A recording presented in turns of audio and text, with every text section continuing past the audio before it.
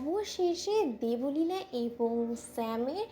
Plan এবার সাফল্যের পথে এগোলো। হ্যাঁ বন্ধুরা, ভিডিওতে লাইক দিয়ে দেখতে থাকুন। যে মুহূর্তে কিনা তৃষার সঙ্গে এক পর্যায়ে ছাদনাতলা অবধি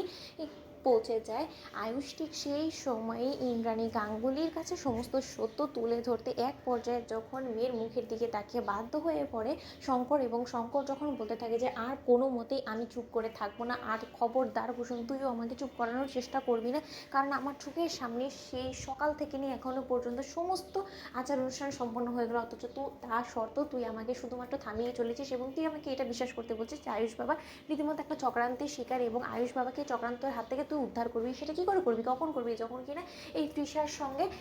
এই আয়ুষ বাবার বিয়ে সম্পন্ন হয়ে যাবে, তুই সম্পূর্ণরূপে সমস্ত অধিকার আয়ুষ বাবার উপর থেকে হারিয়ে ফেলার পর তুই সমস্ত চক্রান্তের হাত থেকে আয়ুষ বাবাকে উদ্ধার করবি। শোন কুসুম, আমি তোকে বলে রাখছি, এই সমস্ত কিছু হলো গিয়ে বড়লোকদের ধান্দা ছাড়া অন্য কোনো কিছুই না, কারণ তোর সঙ্গে আমাদের কর্তাদের কোনো রকম কোনো স্ট্যাটাসে মেল নেই বলেই এই সমস্ত কিছু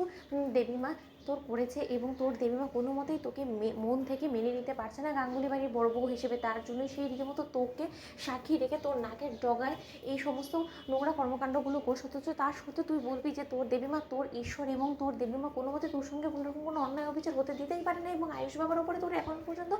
বিশ্বাস রয়েছে কী করে সেটা তো আমার মাথায় ঢুকছে না। তোর স্বামী আজ অন্য কারো হয়ে যেতে চলেছে, অথচ তার সত্ত্বেও চুপ করে ঠাই দাঁড়িয়েছিস। ঠিক সেই সময় কুসুম বলতে থাকে যে আল বাদ দাঁড়িয়েছি তার কারণ আমার অটুট বিশ্বাস আছে আমার সিঁদুরের উপরে, এবং আমার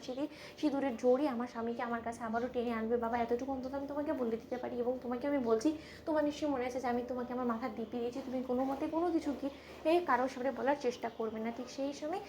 এক পর্যায়ে ঠাকুমা সেজে আসা দেবলীনা যখন হাসতে থাকে এবং বলে থাকে যে কি কুসুম সরকার, এবার তুমি কী করবে, তোমার স্বামী যে আজ তৃষা সম্পূর্ণরূপে হয়ে যেতে চলেছে, অথচ তার শর্ত হাতে হাত দিয়ে সমস্ত কিছু মুখ বুঝে সহ্য করা ছাড়া যার তোমার কাছে কোনো রকম কোনো উপায় নেই। অন্যদিকে স্যাম যখন কিনা বলতে থাকে যে আমি পেরে গিয়েছি দেবলীনা, যেটা এতদিন ধরে চেষ্টা করা শর্ত তুমি পারোনি, সেটা আমি পেরে দেখিয়ে দিয়েছি ছাদনাতলা অবধি যখন কিনা তৃষা এবং আয়ুষকে টেনে আনতে পেরেছি, তাহলে তুমি নিশ্চয়ই বুঝতেই পারছো যে বাকি কাজটুকু আমি সম্পূর্ণ সফলভাবে করতে পারবো। ঠিক সেই সময় দেবলীনা যখন বলতে থাকে যে যতক্ষণ পর্যন্ত কুসুম সরকার আছে ততক্ষণ পর্যন্ত কোনো কিছু নেই, আমি এতটা দাবি করে বলতে পারি না, তার কারণ কুসুম সরকারের সামনে যখন কিনা